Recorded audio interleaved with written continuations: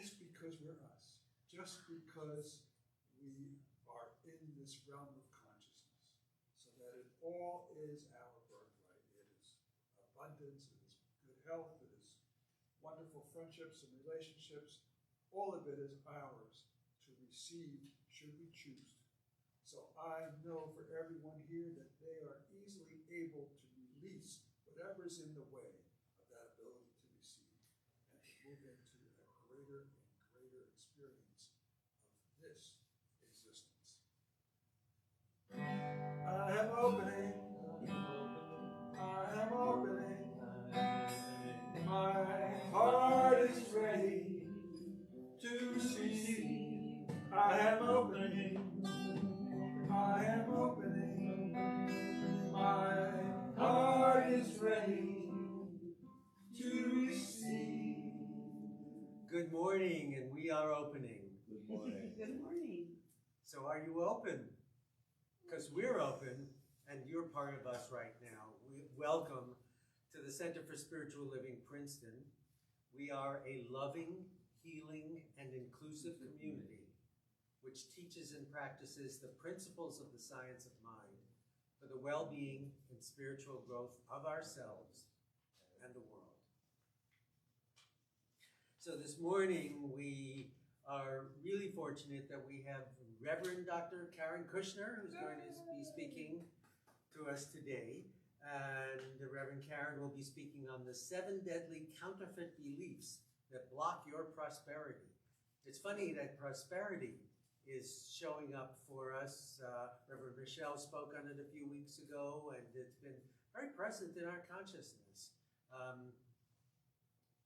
So what we welcome you to, and what each of us should be welcoming ourselves to, is the fact that we live in a universe which is infinitely abundant.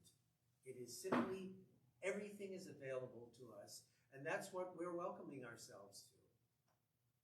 And we meet here every Sunday to remind ourselves that there are practices we can do. As Ernest Holmes taught us, there's a power greater than we are, and we can use it.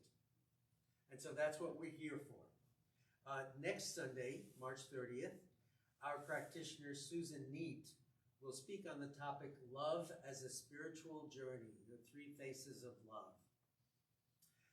And on April 6th, practitioner Lori Carlson from our center, north here, she will speak. The topic is to be announced. And we are all looking forward to a very special Sunday, April 13th, when Reverend Michelle Wadley brings her talk, Get Thee Behind Me, Satan. A lot of biblical stuff. I don't know, that's not why I come here. But we use all these wisdom teachings that have been present for humanity as long as we've been around, and we find a very practical teaching. That's what we're welcomed to. This teaching, the science of mind, is not, it's a lot to think about, and it's fun thinking about it, and it's fun studying it. But what this is really about is changing our lives, moment to moment, week to week. So that's what we're welcoming ourselves to when we study and practice the science of mind. So Reverend Michelle will be here. This is the time of the year when we consciously shed our fears, doubts, and beliefs to make room for what's possible. And after the talk, we'll be gathering in community with light fare, some snacks, and we will participate in a ritual led by Reverend Michelle and Reverend Rich Volk, our music minister, for us to shed and ready ourselves for our renewed selves. So that would be, for those of you who watch this from home, that would be a great Sunday for you to show up here in Princeton, right? 345 River Road. We'd love to see you here. So welcome again to CSL Princeton.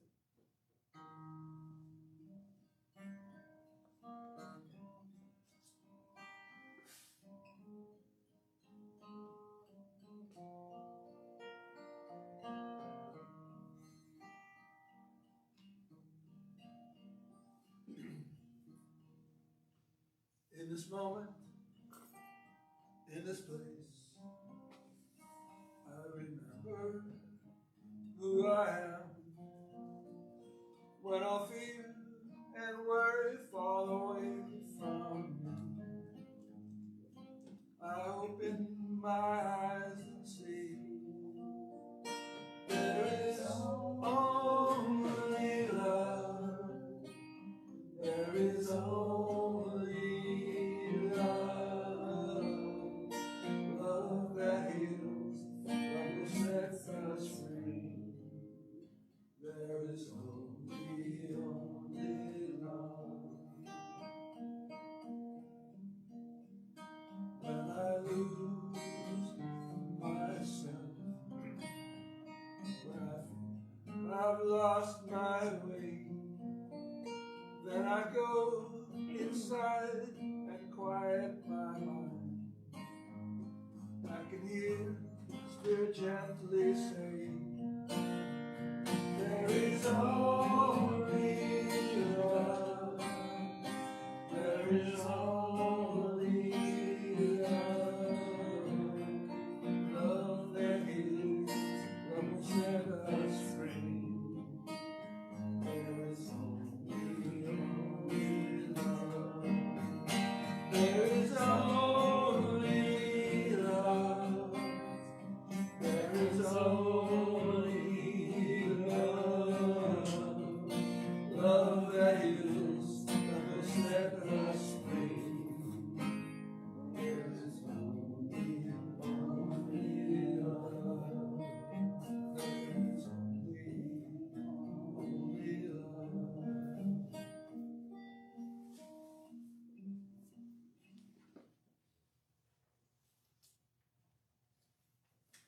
I love that song. It just, thank you, Reverend. So I'm Susan Niedt, a practitioner here at the center, and these glasses are not meant for me to look that way. So now I feel like my grandmother. We were just recently privileged to be in a process called co-creation, during which something that really stood out to me was the importance of the clarity of your intention. So when Reverend Karen's topic is about prosperity, all of a sudden I went, prosperity, abundance, prosperity. So I looked it up in the dictionary. Prosperity, as per the dictionary, is a life that is thriving and flourishing in all aspects. Yummy. Ernest Holmes says prosperity is the outpicturing of substance in our affairs. Ever. Life is ever giving of itself.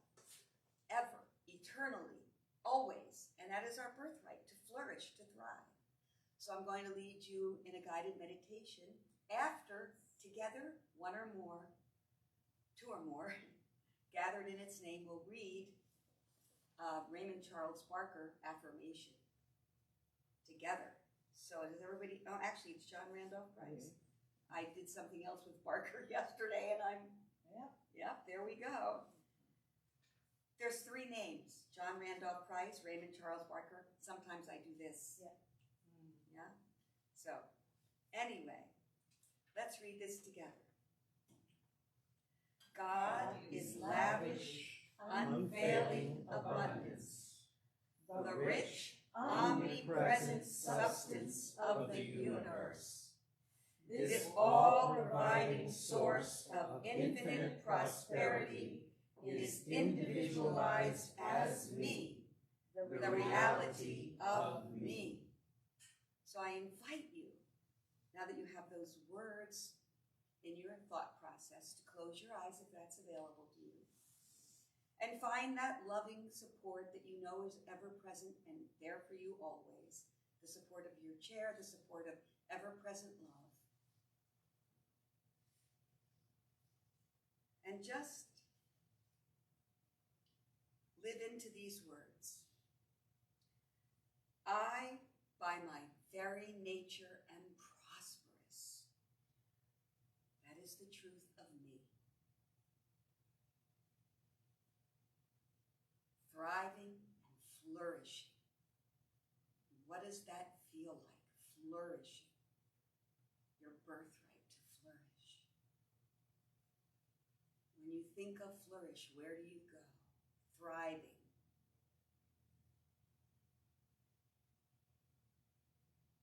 Knowing that is your reality. So I'm going to speak some words in the first person for you to take in as your own. I am thriving and flourishing in all aspects of my life.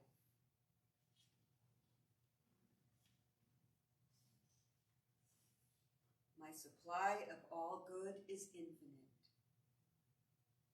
My supply of all good is infinite. Therefore, I feel loved. Therefore, I feel successful. Therefore, I feel safe. Therefore, I feel grateful.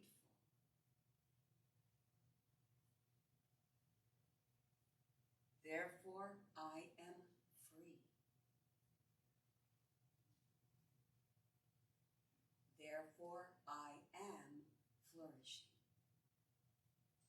Yes, I know that God is lavish, unfailing abundance, the rich, omnipresent substance of the universe, the all-providing source of infinite prosperity is individualized as me. That is the reality of me, thriving and flourishing.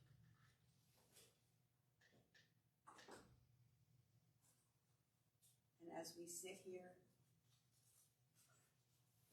in that presence together of one life, I speak these words for each one here. There is only one life, and that life is ever expressing itself perfectly and wholly as each one here. And each one here accepts and embraces their birthright, the birthright of allness, eternal, infinite substance, infinite supply, knowing that spirit is the source of each one's good, that substance is ever present, ever eternal, and all is available always. And each one embraces that, accepts that reality. And that reality is flourishing, flourishing love, flourishing peace, flourishing harmony. All aspects of each one's life is flourishing, and each one lives into that truth right here, right now, this day, and evermore. Because that is the truth. It can't be anything else. Spirit, God, love is ever present. It is eternal. It is always. That is an infinite truth that doesn't bend. It doesn't move. It's always the same. Truth with a capital T. God is all of that. And I am grateful that I know this truth. I'm grateful that this was a divine invitation by Spirit to be here now, to hear this, to know this, and to receive this truth. So with love and gratitude, I release these words to the law. It always says yes, and we all say together, and so it is.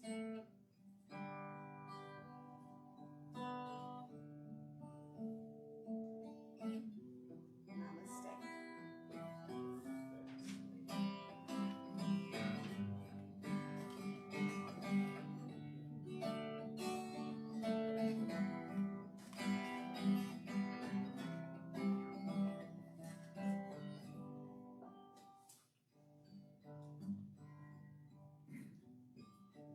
Abundance flows, a sacred stream, from mind divine to life's grand dream.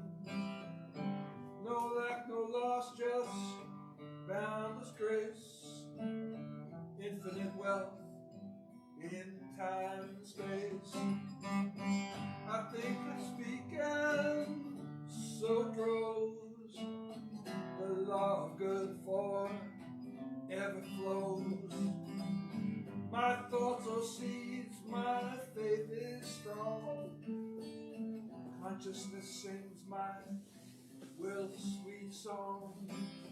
I claim my good, I stand in light. Prosperity shines so clear and bright. No fear, no doubt, just trust, just know. From source within, all riches grow. I claim my good, I stand in light. Prosperity shines so clear and bright. No fear, no doubt, just trust, just know. From source within, all which riches grow.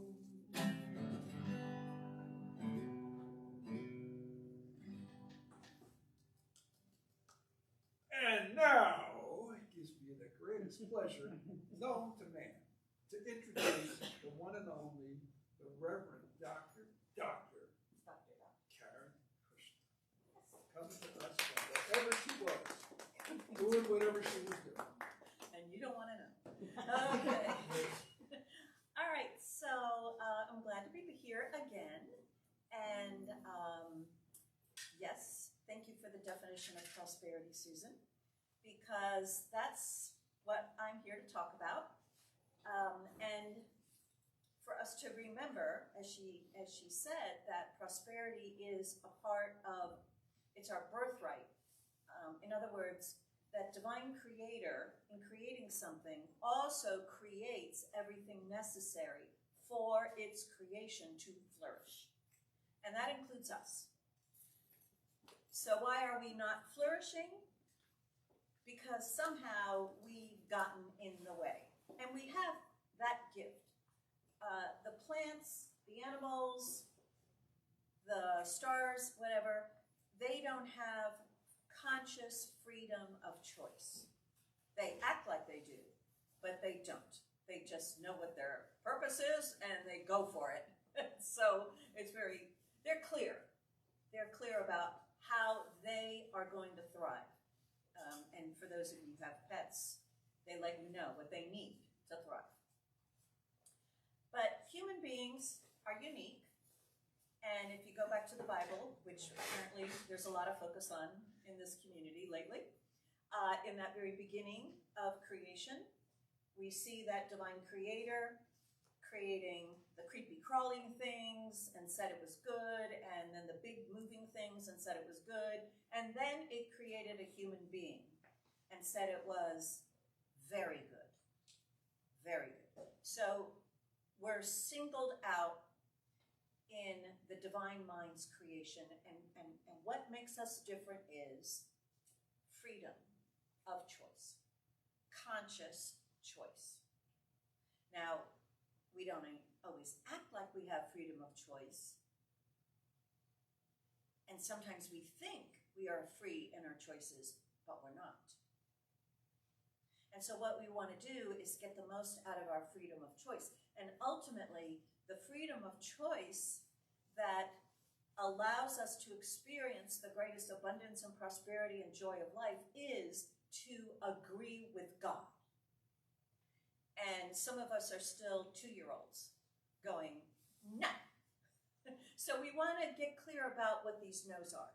So during our Tessera Contest season, I uncovered my book from Reverend Ernie Chu. Ernie is a New Jersey boy, and he got trained in New Jersey in this teaching, and he pretty quickly began manifesting tremendous financial prosperity.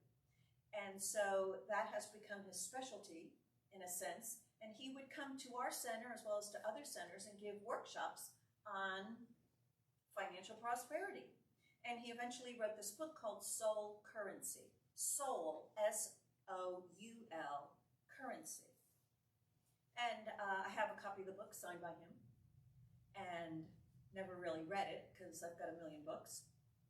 But I was guided to take a look at this.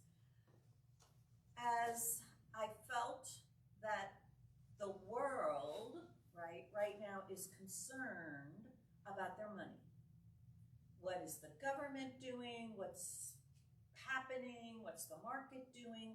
And so, in a sense, what we've done is unconsciously used our freedom of choice in directing our focus to what the world is doing and what the government is doing and what the stock market is doing. What we've done is given our freedom of choice over to what other people are doing. And so, in focusing on the truth that God is our source of all our good, God created us and is creating for us everything necessary to support, sustain, and maintain us in abundance, in ease, in grace, in health, in wealth, in love, in joy, in freedom, in a wonderful environment in which to prosper. Something is getting in the way of our consciously choosing and unconsciously accepting the choice. So if we're not experiencing prosperity and we're consciously choosing to experience it, and it's not happening, then there is an unconscious blockage. And Ernie calls them, he calls them the 7 deadly counterfeit beliefs. I guess he was doing a riff on the 7 deadly sins, and counterfeit because he's talking about the kinds of beliefs that will affect your money. However, when we look at them, you're going to see that these particular beliefs affect everything in your whole life. So, the first one is, I am not worthy of receiving. The human race believes this. And there is a corollary to it, which is, I can succeed only if I really put a lot of effort into this. So let's talk about those 2 counterfeit beliefs. Okay. I am not worthy of receiving. The world believes in tit for tat. The world believes I can only receive what I give out. And there are some spiritual principles which sound like that. What it is done unto you as you believe. But the belief that we have in us, whether it's faith and trust and conviction in a spiritual truth, or I don't know, the world isn't working that way, that is actually the first portal through which the divine prosperity has to flow to each of us individually. And so if there's something in you that's not sure about whether you can receive or not, even if it's an unsureness about it, it's going to slow the flow so that the flow is unsure. And you can tell, I mean, how good are you at receiving good? From other people, from life, from the world? How good are you at it? If I compliment you, do you go, oh, this old thing? I mean, I got complimented on this outfit, and I'm like, rent the runway. I mean, it's a little way of not receiving. I got to tell you, I didn't create this dress. Rent the Runway did, and I just happen to, find it and put it on. Like I had nothing to do with it. I mean, I'm kind of minimizing that stuff. So what we want to realize is we want to become aware of those consciously little ways that indicate that we've got a block flowing our good to us. And so trivializing or minimizing yourself or what you've accomplished or what you've done is an indication that maybe you've got some problem receiving, a belief that's causing you not to receive. Now, the divine goes, I am that I am. Ta-da! I am all. And if you were to do that, Is that an easy thing for you to do out loud in front of people? If I were to ask you, those of you who are in the studio audience, if I were to ask you to stand up and go, I am what I am, aha! Would you be able to do that? Here, yes. Oh, okay, I got some here yeses. Okay, good. In front All of right. you, absolutely. Yeah. Oh, in front of me, absolutely. Okay, all right, that's good. Okay, so we've got an opening there, and to the extent that you think you cannot do that ever, of course, it might not be appropriate to do it in, although it might amuse those around you. But those thoughts that you have, if I were to say to a group of friends I hang out with, say, I am what I am, and I am wonderful, and see my shining individual star.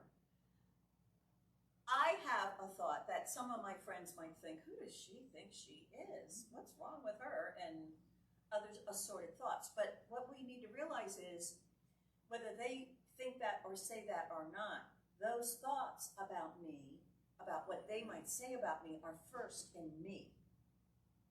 That's an indication there's a false belief that is blocking your flow of good. So, I am receiving just because the divine gives. The divine gives. It's its nature. I know it was either John or Susan that said something that sounded like that to me. That divine just gives of itself. The divine, here's a very important point. The divine does not have choice the way we have choice. The divine cannot say no. Ever. But how many of us believe, oh, in fact, there's a false belief here.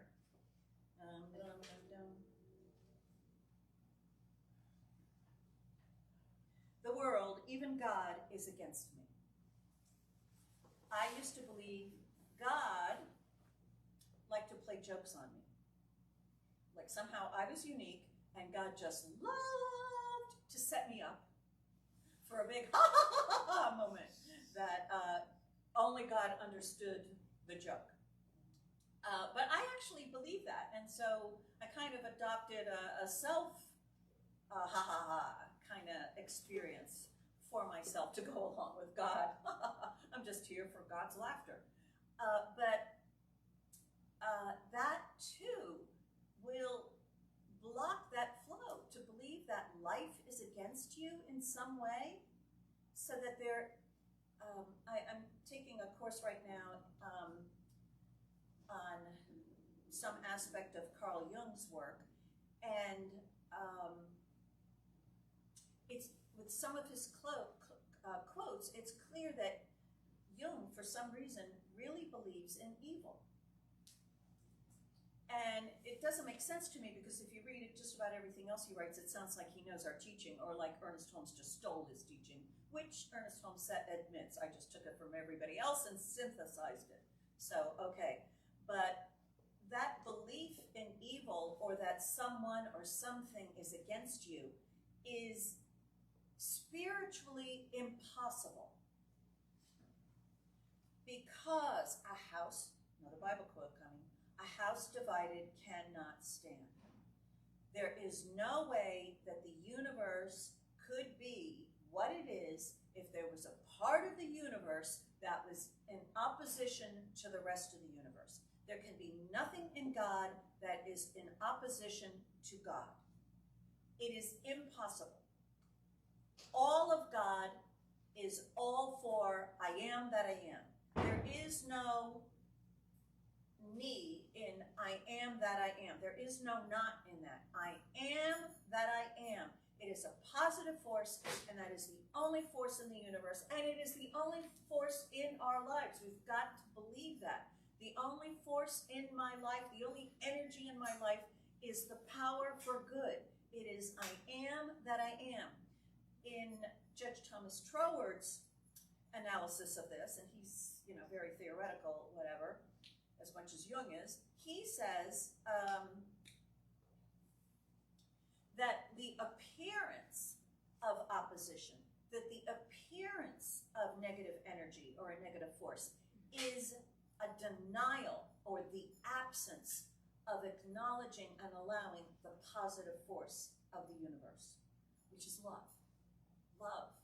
Love is the powerful force, the creative force. It's the only force there is, and we experience the negative when we block it, when we say no to it. So see, these counterfeit beliefs or any other false beliefs create in us a negative energy. And yes, absolutely, being human and the law obeying us, we can have such a belief in negative energy, negative forces, that yes, human beings can choose to believe in a force of evil, or an evil person, or an evil spirit roaming the universe, or roaming the planet, or something, and in believing it, actually experience the consequences of believing that. So, and I'm not saying evil behavior is not operating in the world. What I'm saying is, wherever there is evil behavior or an evil or negative experience, what we're actually seeing is the absence of an acceptance of love. That's all we're seeing. Just like we've got the lights on, darkness is not an entity or a force.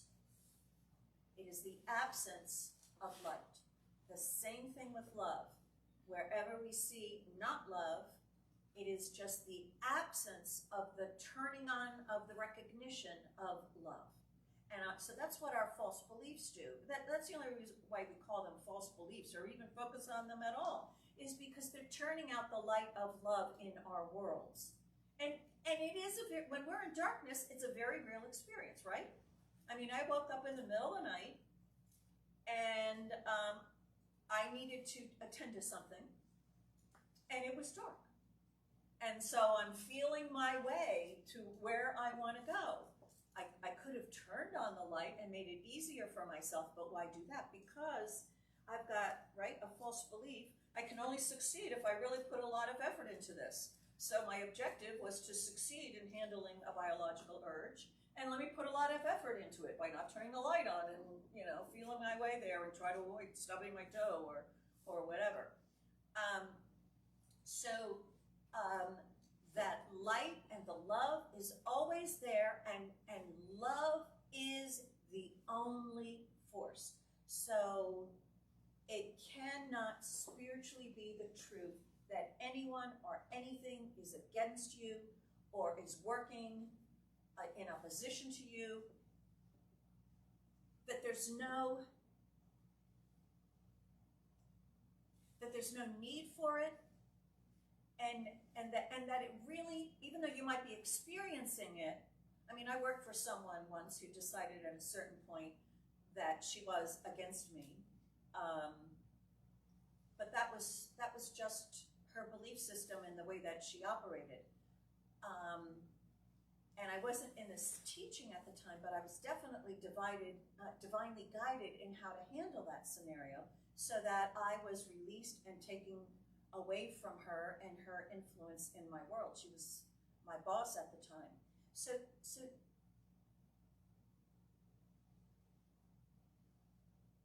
it is necessary for us, if we realize we've got one of these beliefs operating in our lives, to consciously choose the spiritual truth, to open up the flow in us. Because if we don't, the only freedom we have is the freedom of choice with our conscious mind. So we have to use our conscious mind to say, look, as Ernest Holmes said, there's a power for good in the universe, and I can use it. It's necessary for us to claim that, because these false beliefs operate in us unconsciously and thwart our best intentions. Where do we get these false beliefs? You know, childhood, upbringing, blah, blah, blah. But what I would actually like you to consider this morning is your schooling. Our first times really, officially, going out into the world.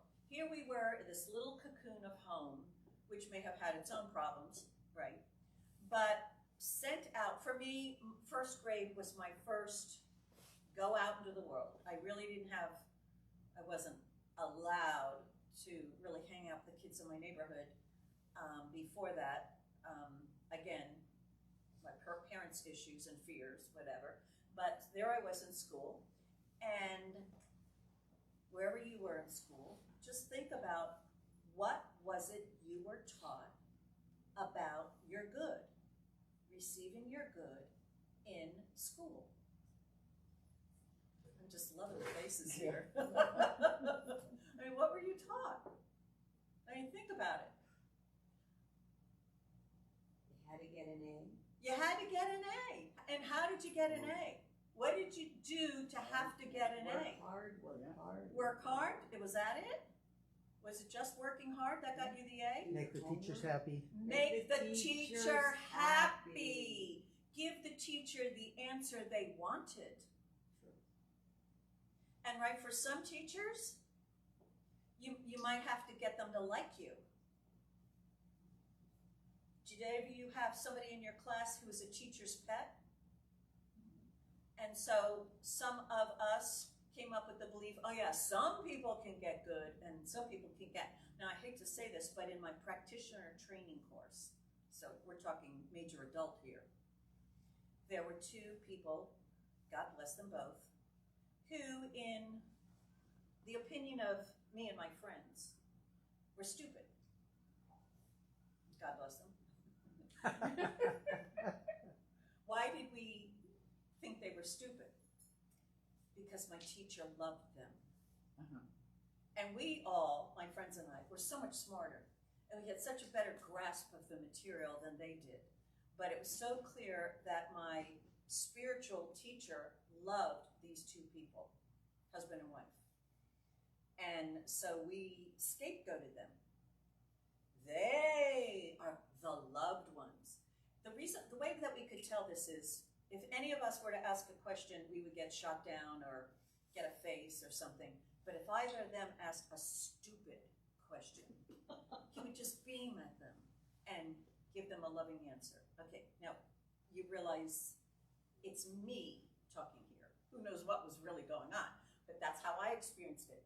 So we had this belief, and I certainly had this belief, that there are some people who don't deserve as much as I do the favor, but they've got it. And why not me? And so that's another one of those counterfeit beliefs that, you know, luck or who you are, or, I mean,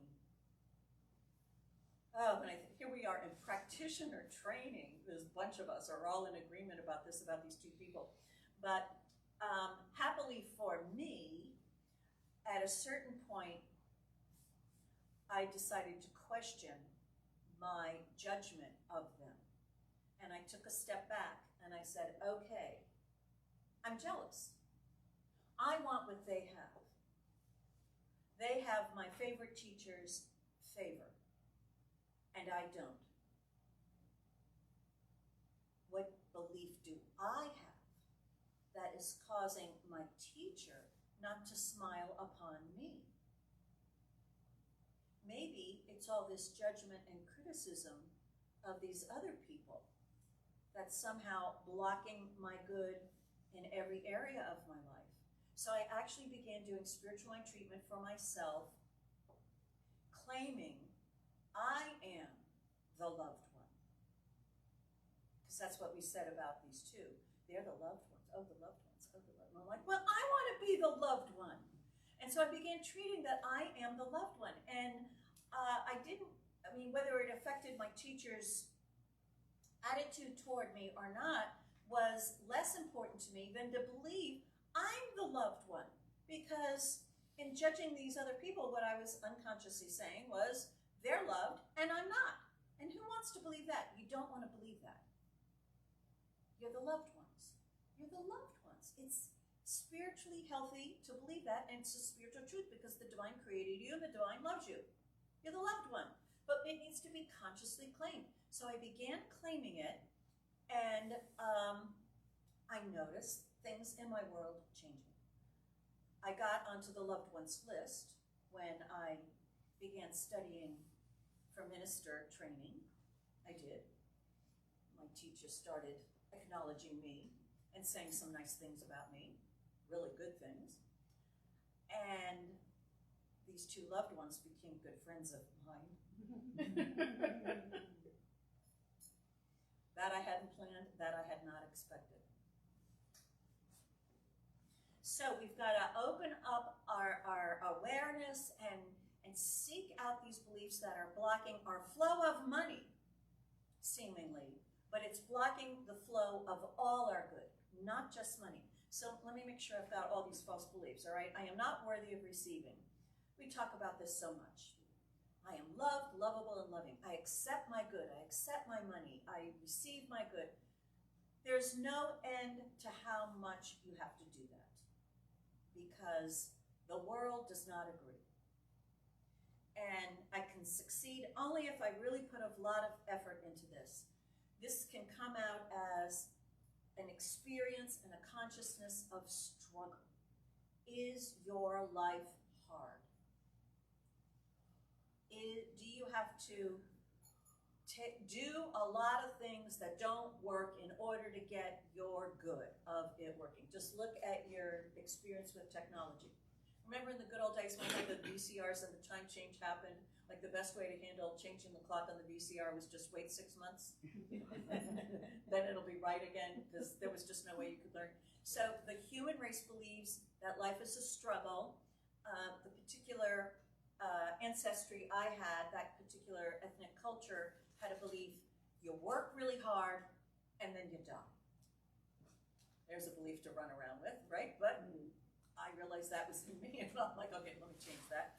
Or you can even take this teaching. A lot of people have taken this teaching and said, if something negative happens to you, this is a learning experience. Fine, you're making carrots out of carrots.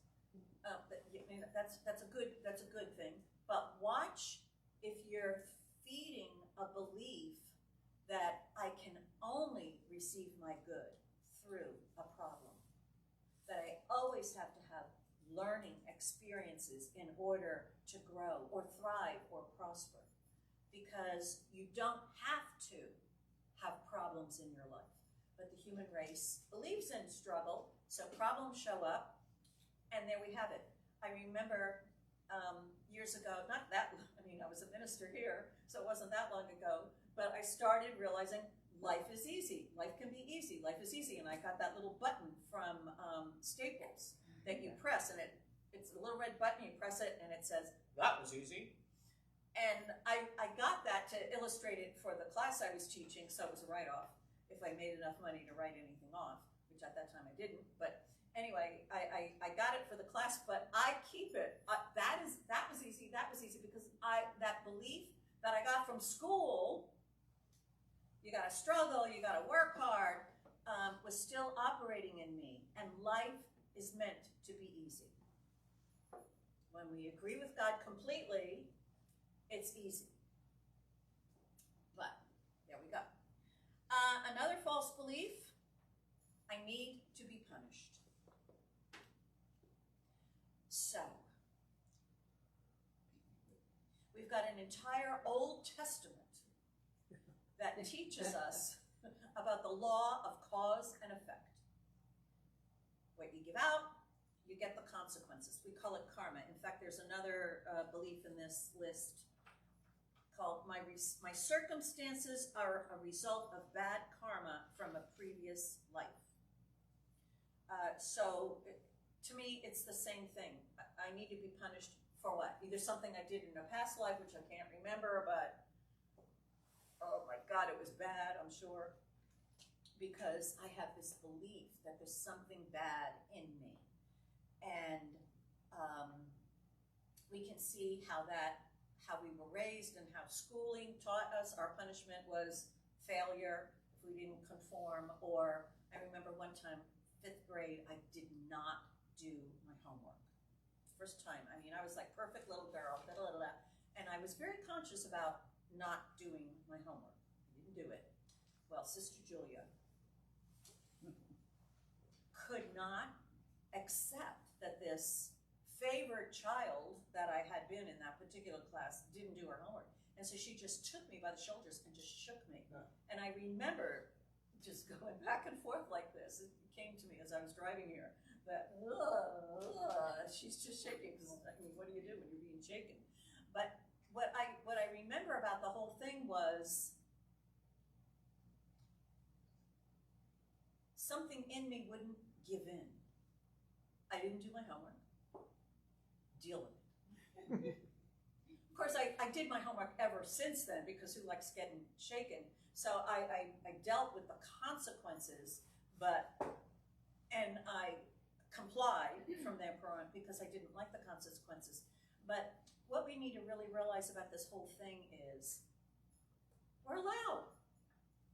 We're allowed to make mistakes. We don't need to be shook up for it. I mean, sometimes the back of my head hurts. I'm wondering, was that my brain just going back and forth, back and forth, back and forth in that little moment right there? I mean, as I was driving here, I was thinking, why didn't I slugger? You know, it wasn't in my repertoire at the time. I mean, she was a little one, you know, I could have. Didn't cross my mind. Good thing. But what we want to realize that this belief in punishment is a warped concept that's been built around consequences. Ernest Holmes and others say there's no sin but a mistake. It's just a mistake. Whoops. Or an uh-oh. It's just a mistake. And because we have freedom of choice, and because we don't know all, we make mistakes. Take a breath, because you're allowed to screw it all up. Make huge mistakes. I remember a story about Reverend Helen Street, who finally, as a new minister, got to speak at the main stage in our annual conference out at Asilomar, California. And back in those days, the women wore gowns when they were going to speak. It was very, very formal. I mean, that's extreme formal. Anyway, so she was all dressed up with her heels and whatever, and as she was walking up the steps to speak after she was introduced, she stumbled and fell on the steps, like in her gown. And, you know, 1,000 people in the audience are just all looking at her be a total klutz. And she gathered herself together, and she got up to the podium, and she put down her hands on it, and she said,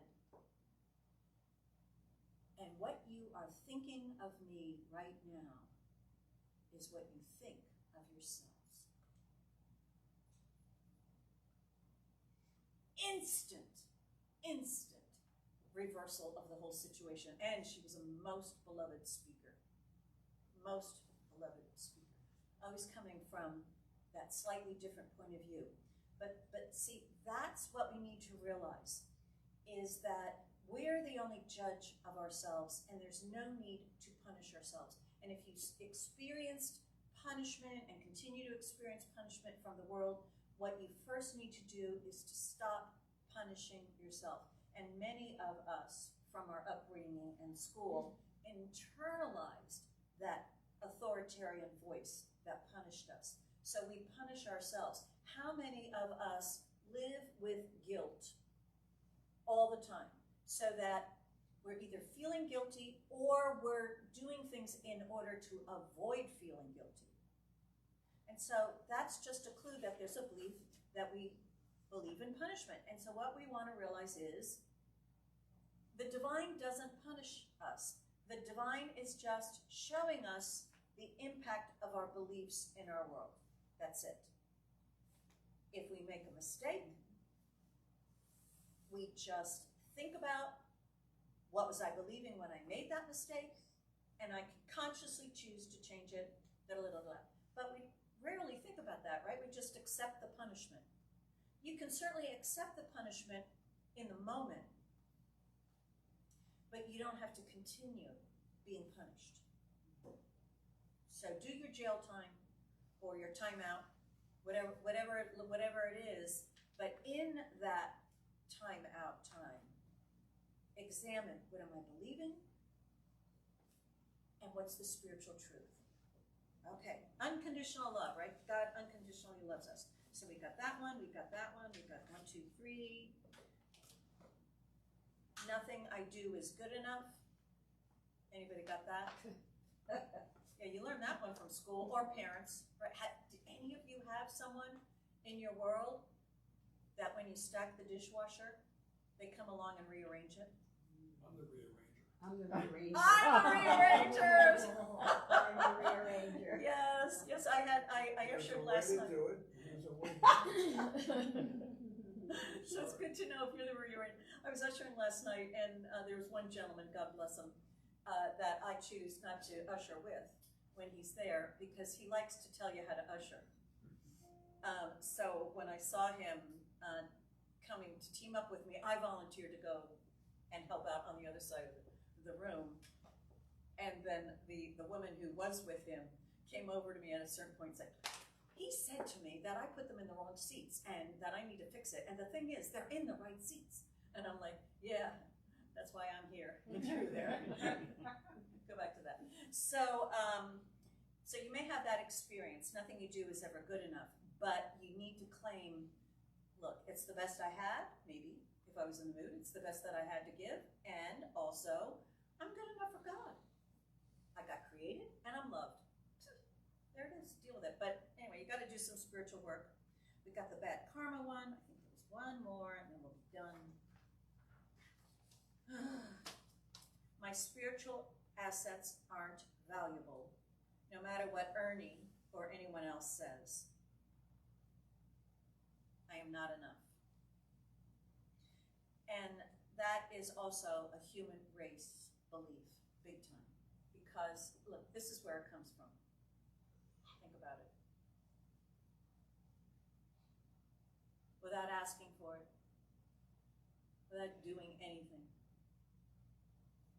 we got created.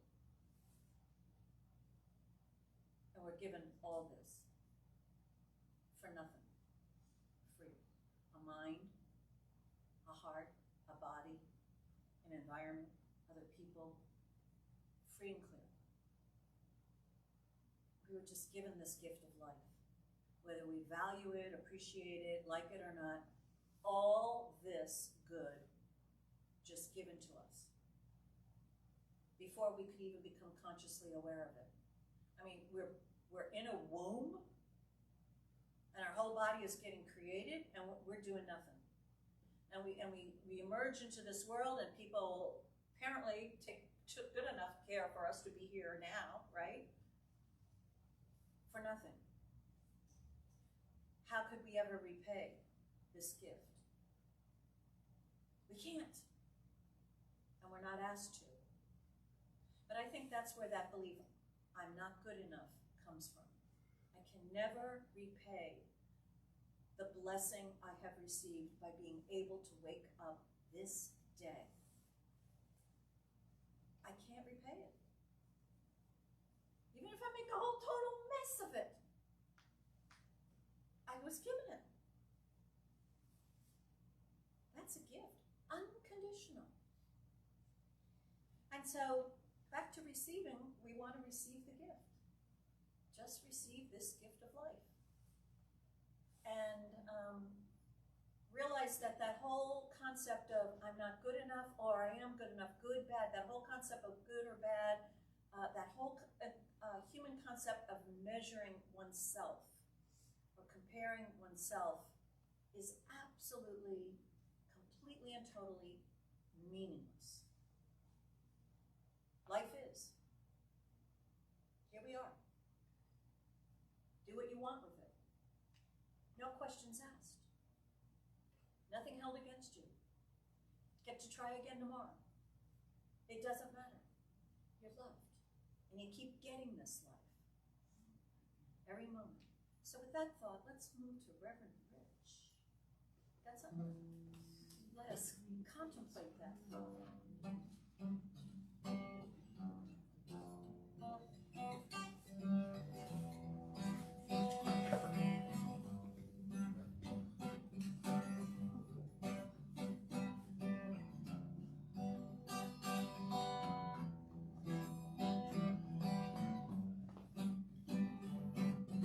celebrate my abundance today. By giving this gift, I show my faith. I open my heart, my world becomes a better place. I release all fear as I share gratefully. This love that I give always gives back to me. Knowing my oneness with everything else, know that all that I am, I give to myself.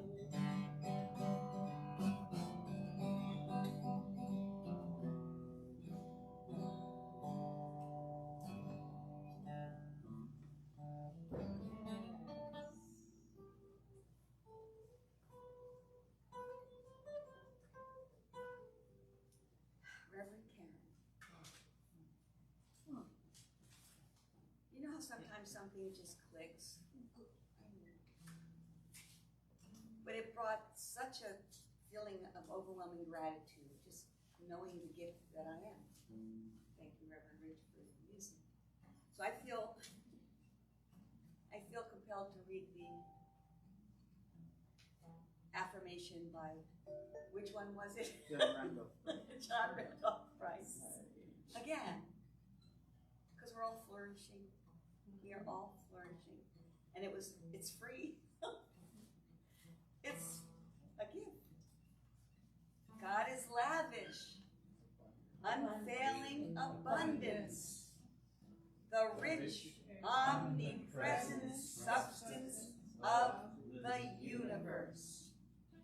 This all-providing source of infinite prosperity is individualized as me, the reality of me, the reality of you.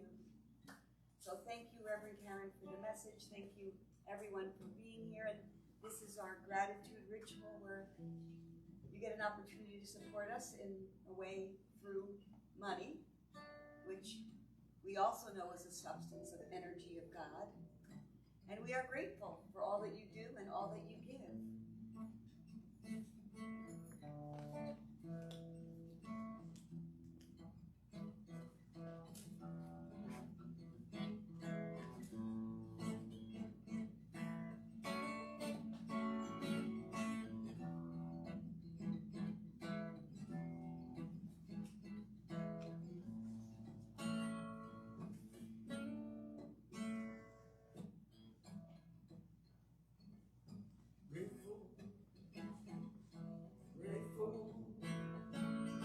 Grateful, yes, grateful, grateful,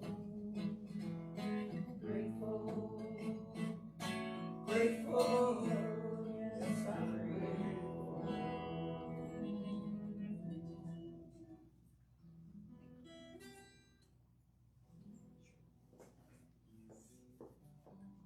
All right, so let's have a cinch the deal treatment, right? Okay. So this word is being spoken for each one. This gift of life that has been so freely and unconditionally given is accepted now by each one completely and totally. No holds barred. Any trace of any kind of deadly counterfeit belief to the contrary is all by this word relaxed, released, melted away.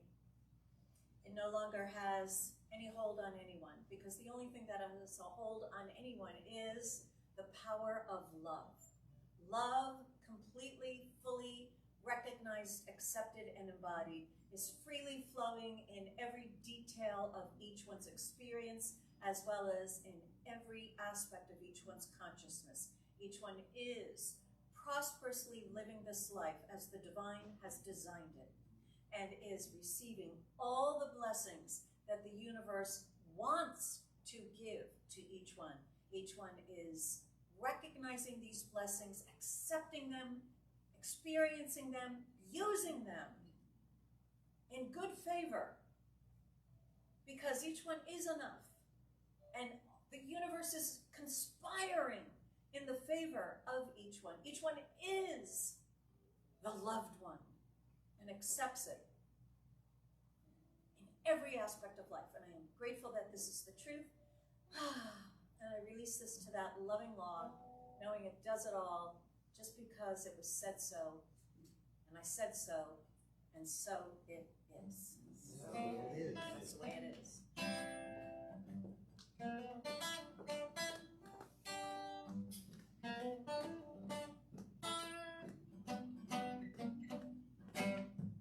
That's it.